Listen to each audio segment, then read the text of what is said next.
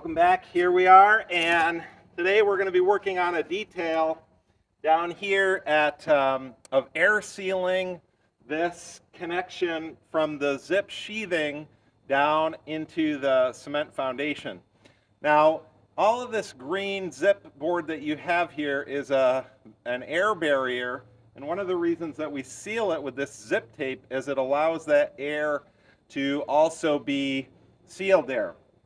Well, when you come to concrete, at the connection point of concrete with the sill plate, you put like a little foam strip underneath it, and then that gets bolted down. And that does a pretty decent job of sealing, but it's not as airtight as it could be. And the issue that you run into with the zip tape is that this tape is not going to adhere to the concrete down here.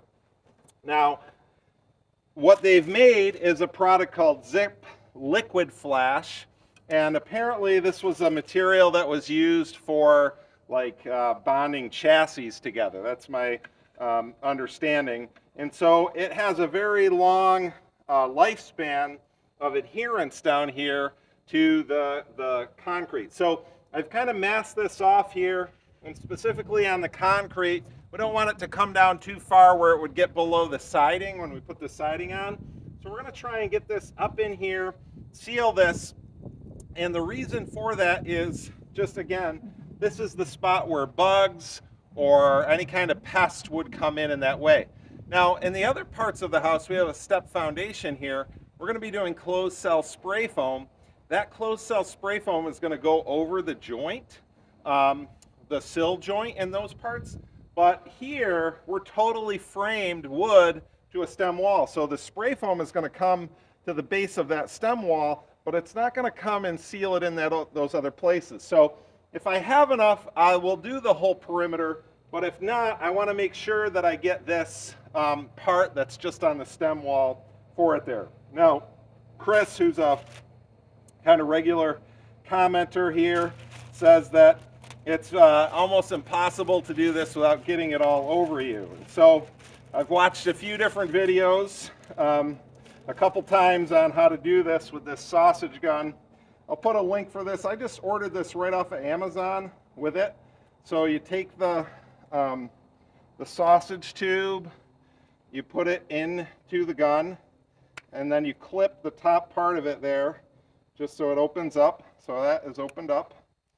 And then I've already cut my tip on my gun fairly generously.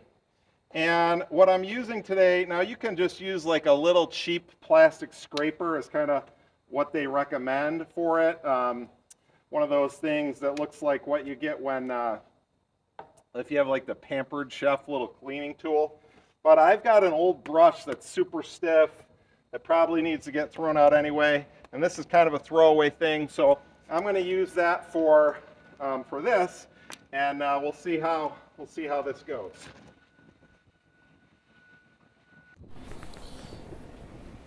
The main point of connection that you want to seal with this is underneath, and I found that if I put kind of 2 beads of caulk underneath, the first one I would make sure got up behind where the sheathing layer was, in between that and the concrete. And then the second one just kind of came to make sure that I had enough material to cover all of the sheathing underneath it there. We want to protect that from any kind of water that would come and cause rot over time. The manufacturer says that as long as you can't see anything through it, then you should be good with having it covered. I think it's a 12 millimeter thickness that they recommend, but it's sufficient to have it all covered. So then the part where we come back up onto the green layer of it is simply just to help bring a cohesive layer all the way around and to ensure the continuity of that connection.